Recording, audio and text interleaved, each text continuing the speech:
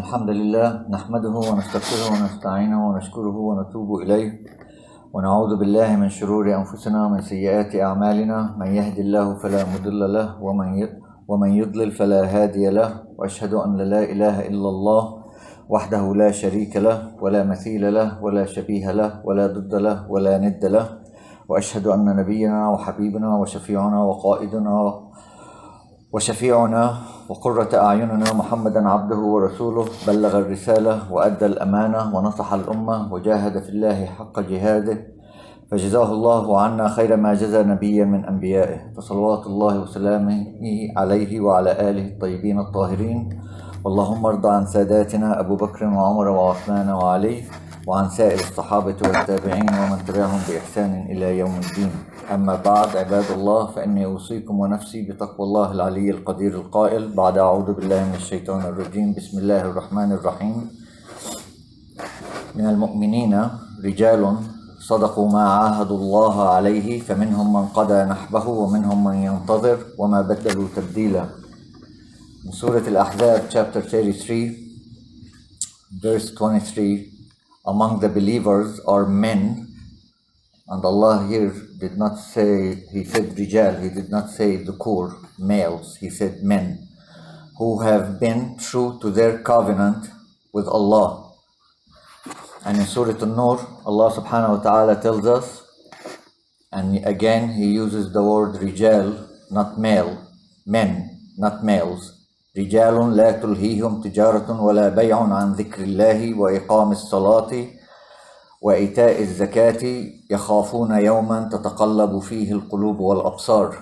Men whom neither trade nor sale diverts them from the remembrance of Allah and from establishing the prayer and giving zakat. They fear a day will turn about therein the hearts and the eyes. This is in Surah An-Nur, chapter 24, verse 37. We talked many times about women in Islam. We never talked about manhood and men in Islam. So I'm spending some time today talking about it. Crediting someone with manhood sometimes means that the person possesses characteristics which exemplify the quality of being a man, like bravery, being honest, and standing up for the truth. Like in Surah Al-Qasas, Allah subhanahu wa ta'ala tells us in the story of Fir'aun and Musa alayhi salam, وَجَاءَ رَجُلٌ مِّنْ أَقْصَى الْمَدِينَةِ يَسْعَى قَالَ يَا مُوسَى إِنَّ الْمَلَأَ يَأْتَمِرُونَ بِكَ لِيَقْتُلُوكَ فَاخْرُجْ إِنِّي لَكَ مِنَ النَّاصِحِينَ. Allah did not describe that person as a male figure, He described him as a man. And there came a man running from the furthest end of the city. He said, O Musa, verily the chiefs are taking counsel together about you to kill you, so escape. Truly I am to you of those who give sincere advice. That's how real men are. They are honest, they give sincere advice, and they stand to the truth. And in Surah Ghafir, also from the story of Fir'aun and Musa alayhi salam, وَقَالَ رَجُلٌ مُؤْمِنٌ مِنْ آلِ فِرْعَوْنَ يَكْتُمُ إِيمَانَهُ أَتَقْتُلُونَ رَجُلًا أن يقول ربي الله وقد جاءكم بالبينات من ربكم. And a believing man of Pharaoh's family, not a male figure, a man, who hid his face, said, would you kill a man because he says my Lord is Allah, and he has come to you with clear signs, proofs from the Lord. So Imam Ibn Kathir, may Allah have mercy upon him, said the word men or man gives an indication that they have high ambitions, noble goals, and strong wills as description of men, and they favor the pleasure of Allah over their own. So there is a difference between males or dhukur and rijal, means men. Men put things in their proper places and give situations their proper due. Men, in another word, they are truthful. They exercise truthfulness, honor, honesty, self-restraint, inward piety, as we described from the verses that we just read, resilience. They are focused. They have conscience. and they have tenacity. Male figures or males may not do that even if they have reached puberty, have beards, graduated from college, got married, and have kids. And this is one of the plights of the Muslim Ummah today.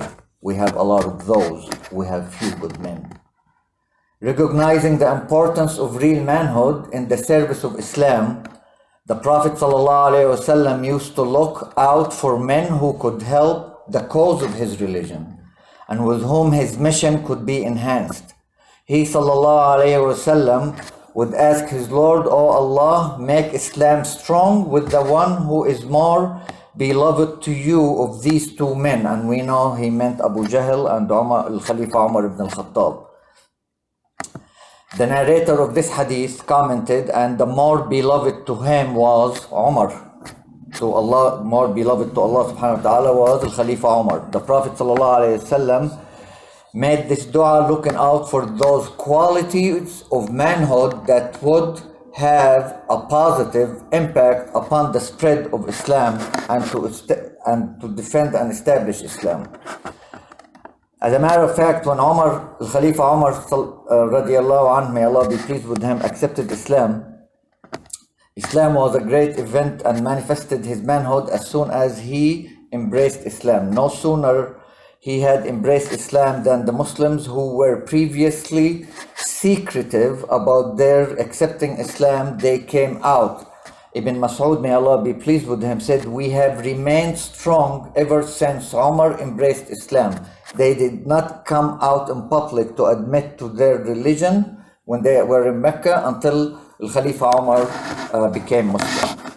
And Umar's manhood, may Allah be pleased with him, was not in physical strength or chivalry, meaning a knight or like Faris bil Arabic. For there were those stronger than him from Quraysh, but in his strength in faith and big heart and tenacity, a quality that won him respect and honor. Other companions of the Prophet migrated to Medina secretly, so they don't get caught by Quraysh. But Umar, may Allah be pleased with him, when he wanted to migrate to Medina, he had his sword, went to the Kaaba, did the tawaf, prayed behind Maqam Ibrahim alayhi salam, and then announced to Quraysh chiefs that he was migrating to Medina. And he stood there by himself, nobody else. He's like an army in his own. He said, "Whoever wants to make his mother bereaved, his children orphans, and his wife a widow should follow me after this valley." And nobody followed him. You say that, you call that a man. Khalifa Umar, may Allah be pleased with him, laid down programs for instilling manhood. Even though whatever I'm about to say, it applies to, and he meant it for boys and girls, but he was working with young men. Teach your children the art of spear throwing, swimming, and horse riding. A lot of people use it hadith that saying that the Rasul said it. The Rasul never said that. He indicated it, but the Rasul never said that the Khalifa Umar said that. Manhood is a quality that is pursued by people of high ambitions and serious thinking men. It is basic quality that is needed by every man. For when men lose the quality of manhood, and this is our plight in this ummah for this age, they cease to be real men. Manhood is deeply implanted in a person through strong beliefs, nurtured by sound upbringing, and developed by good example. According to common belief, which we have today, manhood is only known in material aspect. Who has the best car, who has the biggest house, who has more wives, who has more girlfriends, and so on. And whoever has that is or who has more money. Whoever has that is the man. But in the eyes of Islam, and that's of course not the definition of men. In the eyes of Islam, a real man is one who has good and virtuous deeds to his credit and possess good manners and conduct. And that's how Rasul alayhi salatu wasalam raised men. A man passed by Rasul alayhi salatu wasalam one day, And he sallallahu alaihi wasallam asked his companion, what do you think about this man? So they replied, he deserves to be married to whomever he proposes, to have his intercession accepted in the day of judgment when he intercedes, and to be listened to when he speaks. The Prophet ﷺ remained silent. He did not agree or disagree, just stayed silent. Then a poor Muslim man passed by, and the Prophet ﷺ asked the companions, what do you think of this man? So they replied, he deserves not to be married when he proposes, nor to his intercession accepted when he intercedes, nor to be listened to when he speaks. Rasul ﷺ said, this one, the poor one, is as much as the fill of earth better than the other one. And this is in Sahih al-Bukhari. So real men is not measured by their beautiful bodies, by their looks, by how long is their beards, by the cars they drive, by the money they have and the houses, by their characters. Real men are not judged by the size of their body, their outward beauty. Al-Khalifa Ali, may Allah be pleased with him, said the Prophet ﷺ sent Ibn Mas'ud, may Allah be pleased with him, to fetch him something from the top of a tree. When he had climbed the tree, the companions of the Prophet ﷺ looked at his legs and laughed, because he had chicken legs like they claimed, for they were thin. The Prophet ﷺ said, why are you laughing? Verily, Abdullah ibn Mas'ud's leg will be heavier in the scale of the day of resurrection than the Mount of Uhud. And this hadith is in Sahih Ahmad. Real manhood means being thoughtful, uttering good words, having decency and solidarity to other Muslims. Real manhood entails having a sense of responsibility, and the first responsibility we have is to defend the message of Tawheed, the message of monotheism. This is the foundation of our Islam, and to give sincere advice for the sake of Allah subhanahu wa ta'ala. Real manhood means to be resolute in opinion, determined in opinion, coming out openly with the truth and support the truth. And there is no middle in the truth or taking Switzerland when it comes to the truth and falsehood. You stand by the truth when the truth is clear. And displaying wisdom and warning against the rejection of the truth. That's how real men are. Not being in the middle, say, I don't want to be involved. But we'll talk about that later. Manhood means avoiding unsuitable behavior and being on one's guard against the difficult day, the day of resurrection. A real man is sincere in his words, fulfill his promises, and remain firm on the right path to the best of his abilities. A real man has ghira, has jealousy. Jealousy to protect Islam, jealousy to protect the women in Islam. Real men having courage and struggling against one's fears. We all are human beings, we all are scared. Anybody tells you, I don't feel scared, I don't fear anything, you're talking to a liar. Fear is within us. Courage is controlling your fear. To stand up for what is right even when unpopular or when outnumbered. Courage isn't irresponsible rage. Courage displays itself within the boundaries of what is lawful. However, not standing up for one claims to believe in, and it's being paralyzed to defend oneself and interest, and being scared of sacrifice, we call that being a coward, which is a spiritual sickness. Those especially men who don't, or male figures who don't want to take sides between truth and the falsehood. The men about whom are we talking about are not those who have sunk deep into the abyss of worldly pleasures. They don't care about these things. Nothing wrong to have worldly pleasures, but they did not sink in deep into it. Those who do not aim for high moral standards and turn away from their Lord. These are not men. They are not those imposing physical stature whose minds are devoid of any sense, for such people are most certainly not men, they just male figures. The example of real man is not that of a youth who has no strength of character and simply follows his peers in whatever they do. When they do good, he follows them, and when they do evil, he also does evil, and that will think he is a man, and he's not a man. And then they tell him, oh, you're not going with the girlfriend, you don't have a girlfriend, you only have one girlfriend, and all these things. So they tell him you are not a man. So he goes and do these things that are not allowed in our religion, just so he can be called a man by evil people. And there is nothing to be called a man about such a behavior. Real men is described in the hadith of Rasul alayhi salatu wasalam, which is explained in this masjid many times, of the 7 people that Allah subhanahu wa ta'ala will shadow them in the day there is no shadow. And these are the 7 men, the young man whose heart is attached to the Masjid and service Islam. Do we have that today? The ones who are teaching in the Masjid and taking care of the Masjid are the elderlies.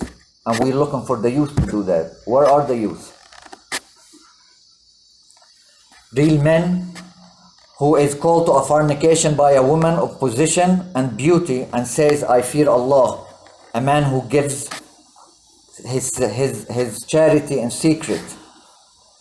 And 2 brothers or 2 men who love each other for the sake of Allah. These are the real men. They were brought together by their mutual love for the sake of Allah, and they parted upon the same. But the former men who followed what others want them to do, even if it's evil, they are not men. Real Muslim man enjoys courage and righteous deeds.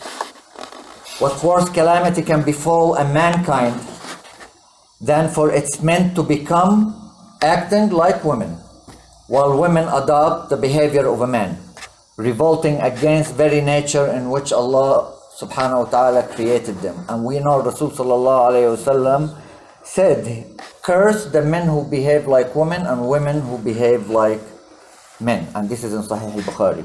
In a similar narration, he sallallahu alayhi wasallam ordered, cast them out of your homes, those men who act like women and women who act like men. When the qualities of manhood disappears among men, society falls into crisis, homes are in ruin, the nation becomes weak and disgraced, and moral corruption becomes widespread, and countries become failed states. And that's the description of the 57 Muslim countries. Because we only have few good men. I'm gonna mention a story from the time when Islam was at its peak, and that's in the 1500s. I mentioned that story briefly to the brothers last Sunday, but I'll speak about it in details. It's during the time of the Ottoman Empire, Sultan Suleiman al-Qanuni. Al-Qanuni is his nickname. It's because he reformed. Qanuni means judicial, and because he reformed the judicial system at that time, he's given that name.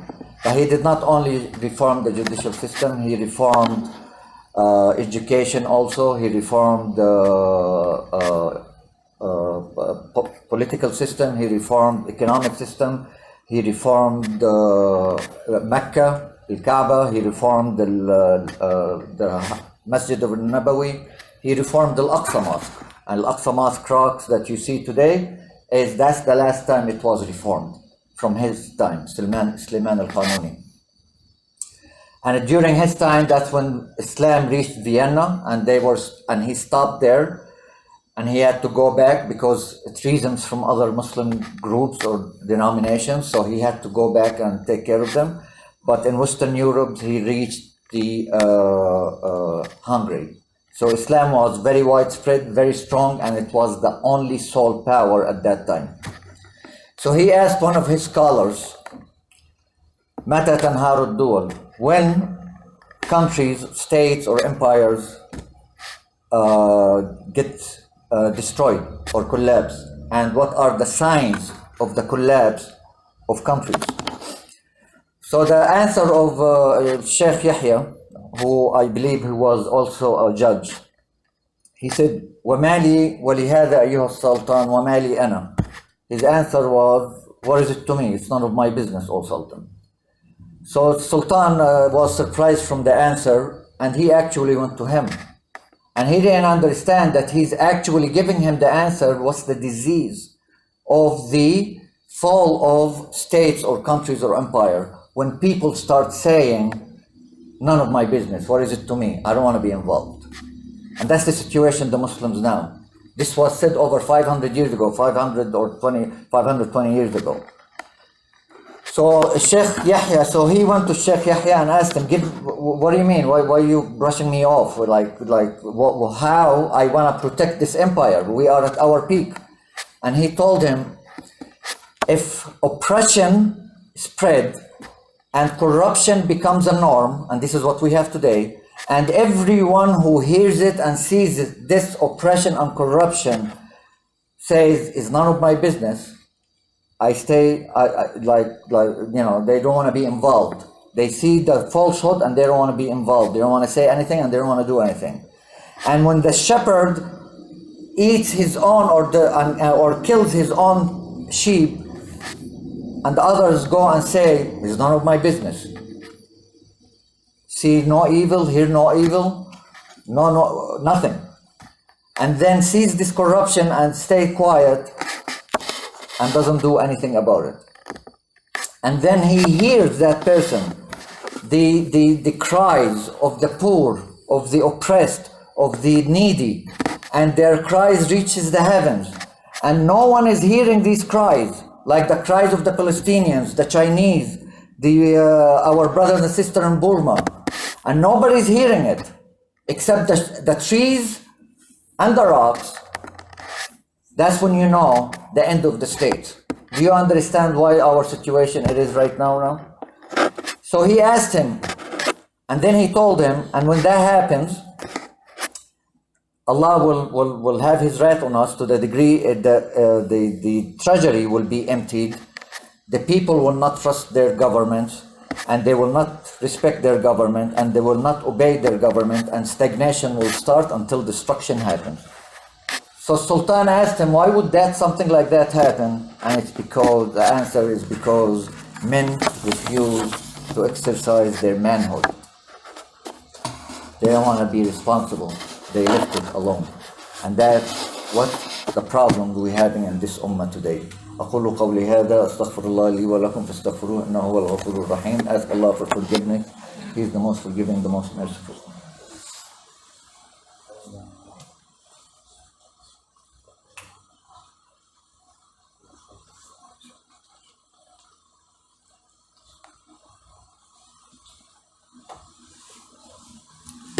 الحمد لله وأشهد أن لا إله إلا الله وحده لا شريك له ولي الصالحين وأشهد أن محمدا عبده ورسوله. I covered this before, but I'll mention it again. When Allah subhanahu wa ta'ala tells us in Surah An-Nisa, الرجال قوامون على النساء بما فضل الله بعضهم على بعض. Men are protectors of women because Allah bestowed some of them over others with strength. This is the reason, because physically men are stronger in general than women. So the word qawamun means should take good care of. They are not second class. Your responsibility as a man is to take care of the women in your lives, whether it's your wife, your daughters, your sisters, your mothers, and so on, your aunts. And by others as in charge of the caretakers or protectors and maintainers or managers of the affairs of women, or shall take full care of their wives, and are linked to the concept of vigilance and standing at attention. This is the definition of qiwama in Arabic. So qawamun and qiwama mentioned in the Quran as a recognition of perseverance in the establishment of equitable uprightness and fairness, not that they are second class. It is a relaying call to all believing men and women to work for justice and uprightness and fairness in the society. The Prophet ﷺ was a builder of men. His compassion, strength, and character were a beacon in the darkness of prevailing Jahiliyyah or ignorance days. There were also guiding principles of transitioning from the corruption of the self to its purification. Imam Shafi'i from the school of Ahl Sunnah wal Jama'ah, he's the toughest on when it comes to the Qiwama. Not that you have to agree with the opinion, but he is sort of on that opinion of Qiwama to the degree he says when a man is not able to support his wife or the woman, his wife has the right to go and annul the marriage. This is how far Imam Shafi'i would go regarding this. And the last thing I'm going to talk about, real men, is an example of at the time of Khalifa Abu Bakr. In a military campaign, Khalid ibn al-Walid, may Allah be pleased with him, surrounded Al-Hira and requested supplies from Khalifa Abu Bakr, may Allah be pleased with him. And Khalifa Abu Bakr only sent one person, Al-Qaqa ibn Amr al-Tamimi, may Allah be pleased with him. And he said in a message, an army having men like Al-Qaqa will never be defeated. So Qaqa was, mashallah, in the position of an entire army. And that's how real men are. Was he like a huge guy? Was he a giant? No, but he has courage in his heart. And that's what Muslims, what was the Khalifa Abu Bakr trying to teach, that's what you need in your army. You need people of courage, something that we lack these days. And the last thing I'm going to mention is the hadith of Rasul alayhi salatu wasalam, that real men are as rare as reliable, strong camel that can endure the burden of long trips. You can hardly find one in 100, and this is in Sahih al-Bukhari.